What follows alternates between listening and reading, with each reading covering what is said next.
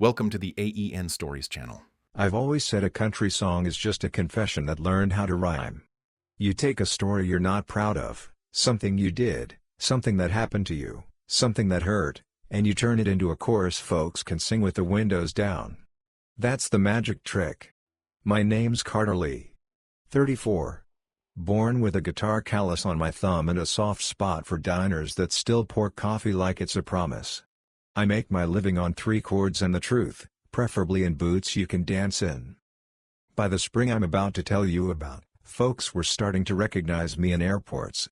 Not the scream and faint kind, country fans have good manners, but the kind where they say, "Aren't you that kid with the breakup song about the fishing boat?" And then they ask for a photo like they're doing you a favor. I had an opening slot on a big amphitheater tour, second bus, a crew that could load a stage blindfolded, and a radio single inching up the chart like a squirrel that hadn't read the odds. And I had Madison. Madison came into my life in a blue blazer and a plan. She was a PR manager in Nashville who could make a tweet look like scripture and a bad haircut look intentional. I met her at a label showcase I was barely invited to, last slot, 2-drink minimum, the kind of crowd that applauds names on hats. After my set, she caught me in the hallway and said, "You're good. You tell the truth. Let me tell it louder." We were a cliché in the nice way, artist and promoter, dreamer and amplifier. She got me radio interviews where the host actually knew my songs. She ghost-wrote captions that made my rough hands look like branding instead of utility. She ordered me jackets I felt silly in until folks on TikTok pointed out the stitching. I fell in love with her like a chorus that writes itself. We got married at a chapel with a neon cross outside and a barbecue joint down the street. She kissed me in the glow of 1,000 cell phones and whispered, "We're going to build this, you and me." I believed her so hard I could have signed a lease on it. That was the first couple years. We moved like a two-step. I wrote, she pitched. I sang, she framed it. People say brand like it's a cold word, with us it felt like home. The website was our front porch. The press calls were our neighborhood. The tour bus was our living room with bad shocks. I sent her song drafts at midnight and she sent back, "Second verse needs a line that cuts." I'd cut. She'd sharpen. We were a machine powered by coffee and optimism. The weather shifted small at first. Madison started skipping shows. Not the big ones, she was too smart for that, but the second nights in mid-markets, the charity gigs, the radio remotes where you play at 7 a.m. in a conference room with stale donuts and a banner that says the station's name 3 times. "You don't need me there," she'd say, already walking. "I'll work the phones." "Phones are helpful," I'd say. "So is your smile." She'd wink. "You're cute. Go be good. I'll be better from here." Then she got cool in a way that wasn't my favorite. We'd talk routing, and she'd say, "Why are we in Tulsa again? Do you have fans in Tulsa?" I'd say, "I have people in Tulsa, because I still believe in the difference." She got particular about photos. "No more microphones in your hand on stage," she said. "It looks dated. We want candid, crying kids, old boots, your mom's pie." She said we and I pretended it still meant us. By the time we hit summer and the tour turned into a sonnet that sang along, she was avoiding the bus. "Germs," she said. "And I can do more from the office." I didn't argue because you don't pick fights with a person who got you out of 100 bars and into 1,000 hearts. But I missed her. The first person I wanted to look at when I got off stage was the first person who'd rather see a recap clip than my face. The night everything funny turned serious, we were in Dallas. Big after party at a downtown spot with a rooftop bar where the DJ thinks country music is a state of mind and a bass line. Madison said she was tired and heading back to the hotel. "I'll catch up," I said, doing the small talk with radio folks you do when your life is moving faster than your sleep. Around midnight, my drummer, J.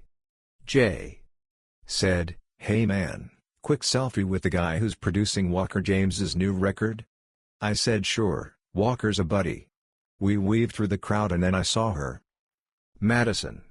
Perched on a velvet couch like it owed her rent. Next to her, a producer whose name you'd know if you ever read the liner notes and rolled your eyes at the number of writers it takes to describe a truck. He had an arm long enough to make you suspicious of his tailor, and it was stretched along the back of the couch behind my wife like he lived there. They were close in that way that makes words like professional beg for a union. My stomach did that thing you think only happens in movies. I walked up slow, because that's the only speed I know when I'm not on stage. "Hey," I said. Madison looked up with a smile she couldn't unpaint fast enough. "Baby," she said, "you should be resting your voice." "Producer man," I said, sticking my hand out because my mother raised me right. He squeezed like he was measuring me. I squeezed back like I build fences with my songs. "We were just talking strategy," Madison said. "He's got ideas." "I bet," I said. She shifted, put a hand on my arm, and lowered her voice into the register she uses when she wants me to comply and feel cherished about it. "Carter, listen. You're talented, but you're not you without me. I'm your brand. Without me, you're just a guy with a guitar and feelings." Jay went suddenly interested in the art on the wall. Producer man didn't move his arm. The room wasn't spinning, but I felt tipsy on a drink I hadn't ordered. I tried to laugh it off because laughing is my first language when pain shows up. "I've been a guy with a guitar and feelings since I was 12, I said. "It's treated me okay." Madison's eyes softened the way people's eyes do before they say a mean thing they'll call necessary. "Don't make this harder than it needs to be," she said. "We can do so much more if you let me steer." She stayed at the party. I walked back to the hotel with Jay, who kept saying, "You okay?" like it was going to change its answer if he tried enough times. In the room I stared at my reflection and tried to find the line where disappointment becomes decision. I fell asleep at sunup with the TV saying the weather will continue to be itself. Stress does a lot of dumb tricks. Mine took my voice. Not laryngitis, you can hum through that. This was a choke at the top of the range and a quiver down low. I'd get to the bridge on two-lane heaven, the money note coming like a friend across a parking lot, and then my throat would slam shut like a shop door in a storm. The doctor said, "No nodes, no polyps. Looks like the muscles are guarding." Guarding from what, he didn't say, because doctors can't bill for metaphors. We canceled 2 shows, first time I've ever done that. I sat on the bus with tea strong enough to dissolve a spoon and watched good people online say, "Get well soon, brother," and 1 or 2 say, "Should have warmed up right," like their thumbs had medical degrees. Madison texted me a voice memo with a plan: rebrand, rest, maybe move the sound to more pop country adjacent. She used the phrase era shift, which made me want to live on a farm where ears are called day and night. Somewhere in the middle of the quiet, a sentence showed up and sat down like it paid rent: "I'm my own brand." Not because I don't need people, I do. But because I needed to remember my name isn't a deck in a marketing meeting. It's the thing that rolls around my mouth when I tell the truth for a living. Back in Nashville, I did what all brave men in crisis do: I cleaned. I went through the home office we shared and put stacks in other stacks and pretended I was making progress. In the bottom drawer of a file cabinet we called important like a joke, I found a folder labeled IP consolidation. IP is an intellectual property. I've learned more about those 2 words than any lyricist should. Inside, contracts, assignments, writers, schedules. And then my name where it shouldn't have been. Madison had taken my early publishing, those first songs I wrote on bar stools, the ones that paid for brake pads and rent and a ring, and assigned them to a holding company with her name on it, for purposes of portfolio management. It was legalese powdered sugar on a donut that shouldn't be eaten. There were also work-for-hire agreements I didn't remember signing that claimed I was an employee of her PR firm for certain recordings, which, if true, would make the masters hers. Some dates overlapped with days I knew I was on the road and my signature looked drunk in the places I've signed it sober 1,000 times. Per Madison's authorization, once get read, catalog transferred to Madison M. Brand Holdings LLC. I sat on the floor with papers around me like bodies after a duel. My head pounded in rhythm with the bus engine that wasn't under me. If the contracts were valid, she owned not just the stage photo ops and the email list, she owned my songs. My stories. The best parts of my dumb heart. It felt like losing my voice all over again. When she came home, I didn't ambush. I put the papers on the kitchen table and asked her to walk me through them. She poured wine. "Standard stuff," she said, tapping the pages with a fingernail painted a color called unbothered. "All above board. I did what I had to do to protect the brand." "By making my songs yours?" I said, trying hard to keep my voice out of the attic. She tilted her head. "Technically ours," she said. "I'm good at paper, Carter. You are good at feelings. You transferred my copyrights. I consolidated them in a vehicle with better leverage," she said, "and I had to admire the poetry of corporate theft." "This will never hold," I said, "because sometimes you have to say the sentence out loud to see if your mouth believes it." "It'll hold," she said, almost kind. "I had you sign. If you want your little friend who does entertainment law down on Music Row to look at it, be my guest. He'll tell you the same thing: should have read, should have asked, should have known. I did this right. You won't win." She kissed my cheek on her way out of the room like we'd just agreed to buy throw pillows. "I know some of you want me to say I went wild. Threw things. Wrote a revenge song that made her mailbox weep. I didn't. I called a lawyer in Los Angeles a buddy in a band had whispered about, one of those calm men who reads contracts like they're short stories and enjoys the plot. He listened. He asked me to send everything. He called back 2 days later. Some of this is sloppy," he said. "Some is predatory. Some is both." He asked questions that made me sweat. "Did you sign at a time you were exhausted? Was a notary present? Did you get consideration, money, meaning, for the assignment?" He walked me through words like duress, unconscionable, and effective execution. He said, "Stop talking to her. Stop posting about it. Start imaging drives. And Carter? Take a breath. This isn't the first time a manager decided they were the talent." We filed suit, quietly at first, then loudly, because quiet was getting us nowhere. The claim was simple the way earthquakes are simple: Madison had transferred copyrights and trademark assets she had no right to, obtained signatures without proper disclosure, and misrepresented the nature of those documents to me. We asked for declaratory relief that affirmed I owned my songs, my recordings, my marks. We asked the court to undo the transfers and order an accounting. We notified the label and the publisher so nobody could plead ignorance later. Madison's team responded fast and shiny. "He signed," they said. "He is bitter," they implied. "She did everything by the book," they lied without blinking. They attached photos from tours with captions about selfless dedication. They leaned into the narrative that I was an artist bird she had taught to fly. Then discovery happened, which is where truth gets a clipboard. My lawyer deposed the notary who'd stamped 3 of the most suspect assignments. The man turned out to be a friend of a friend who believed a FaceTime counts as in person. It does not. We introduced calendar invites that showed I was in Boise when a signature said I was in Brentwood. We played a voicemail Madison had left a mutual friend: "Never leave voicemails, kids," saying, "If he balks, I'll tell him we can't land the brand partners without consolidation. He'll sign anything when he thinks the album depends on it." Juries, I'm told, don't love "he'll sign anything." We also showed the court emails where she pitched my catalog to a private equity firm that buys songs like baseball cards, without telling me, using phrases like "I can control his future output, too," which made my skin try to leave my body.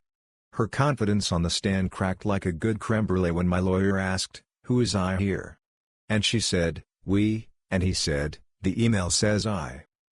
Through it all, my voice came back slow, first an octave of gravel, then a melody like it had missed me. The doctor said, "Stress easing," and I said, "We're suing," and he said, "That tracks." I worked with a coach who taught me to breathe like I'm not trying to fix my life in one inhale. I started writing again, not because the court needed it, but because I did. The hearing where the judge read her order felt like a scene I'd forgotten I auditioned for. The courtroom was playing like it should be: flags, wood, a microphone that doesn't flatter anyone. The judge was one of those women who carries a silence you don't want to disappoint. She said words I will play back in my head when I am old and boring grandchildren. "The court finds the assignments invalid due to defective execution and misrepresentation. Copyrights revert to Mr. Lee. Any licensing agreements executed under Madison M. Brand Holdings LLC based on those assignments are void ab initio. Void ab initio is Latin for from the beginning, which is what I wanted more than money. I wanted the court to say this never happened to my songs. She also enjoined Madison from using my name, likeness, or marks without my express permission. The judge didn't yell. She didn't have to. She just put the story back where it belonged. The trade papers wrote it up with sentences like artist regains control of catalog and manager overreaches. Most folks just said, "Dang, man, you okay?" Madison's team put out a statement about good faith disagreements. Then they went quiet. The producer from that afterparty sent me a DM with a single thumbs up. I left it unread on purpose. Here's what people don't tell you about getting your rights back: it's like getting your house back after a fire. You're grateful, ecstatic even, but you still have to scrub the smoke smell out of every drawer. We spent months combing through royalties, re-registering songs, updating pros, canceling bogus exclusive licenses, and flipping the little toggles that tell the world who gets paid when someone cries in a car to your chorus. It's boring, which is how you know it matters. I named the record I started writing during All That Lion's Voice because I am a simple man who enjoys an on-the-nose metaphor. The title track came out of a morning where I finally hit the note I used to own and laughed so hard my guitar went out of tune. The hook is, "You can build me a cage with fancy gold, but my lion's voice don't do what it's told." It's not Shakespeare. It doesn't need to be. It's true enough to sing. We cut the album mostly live in a room with scuffed floors and a few ghosts. I brought in players who showed up with coffee and left with blisters. The label, to their credit, apologized in the way corporations do, through effort. They pushed the pre-save like it was a church bake sale. Radio came around not because I was scandal famous but because the songs belonged to a human again. Fans showed up with signs that said "Your voice, your brand," which made me laugh and cry and then laugh again because I'm a walking cliché and I'm fine with it.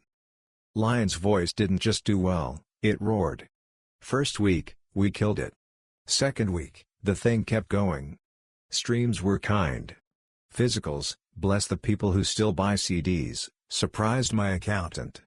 By Christmas, the RIAA sent a plaque that said platinum, which is a word that still feels like it belongs in someone else's house.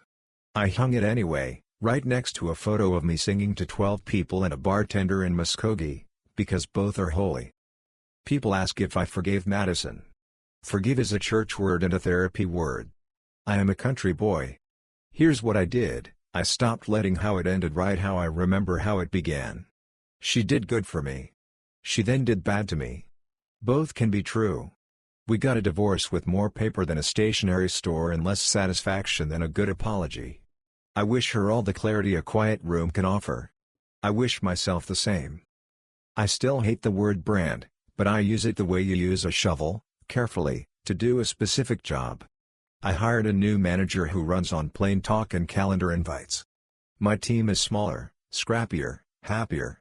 My voice coach keeps telling me to let the air do the work, which, if there's a life lesson hiding in studio jargon, might be it. These days I do my best singing at dusk, right before the bugs tune up. I play a few bars, say a prayer that embarrasses no one, and dedicate the night to the idea that truth wears the boots better than lies. I still play the amphitheaters when they call. I still play fairs because the lemonade tastes like childhood and the sound guy is often your cousin. I take photos with people who tell me they left someone who kept their voice in a drawer and now they sing to themselves in the car like they just met who they are.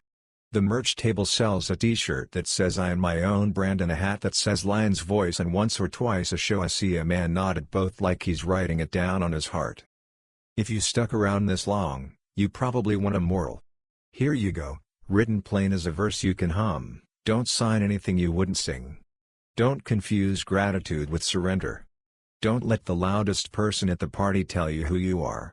And if someone tries to take your voice, on paper, on stage, in your own kitchen, remember, contracts make claims. Songs make truths. Pick the one you can live with when the lights go out. I used to think success was chart positions and buses with fewer miles. Now I think it's simpler.